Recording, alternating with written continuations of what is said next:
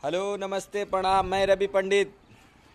मैं सारे दर्शक गणों को दिल से धन्यवाद बोलना चाहता हूँ कि मेरा एक वीडियो सॉन्ग कच्चा बदनाम रिलीज हुआ है वेब म्यूजिक के यूट्यूब चैनल पर।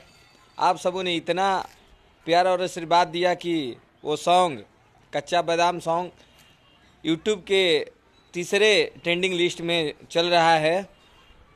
और मैं राकेश भैया को दिल से धन्यवाद बोलना चाहता हूँ कि इस गाने में हमको काम करने का मौका दिए। और हमारे वेब म्यूजिक के ऑनर दिनेश सर और वेब म्यूजिक के सारे स्टाफ को दिल से धन्यवाद बोलना चाहता हूँ, जो कि इतना मेहनत किए इस गाने को बड़ा बनाने के लिए। और हमारे म्यूजिक डायरेक्टर छोटू रावत जी, हमारे लिरिक्स राइटर रजनीश चौबे जी, सबने अच्छा काम किया, जो कि उसका परिणाम आज हम लोग को देखने के मिल रहा है। Thank you.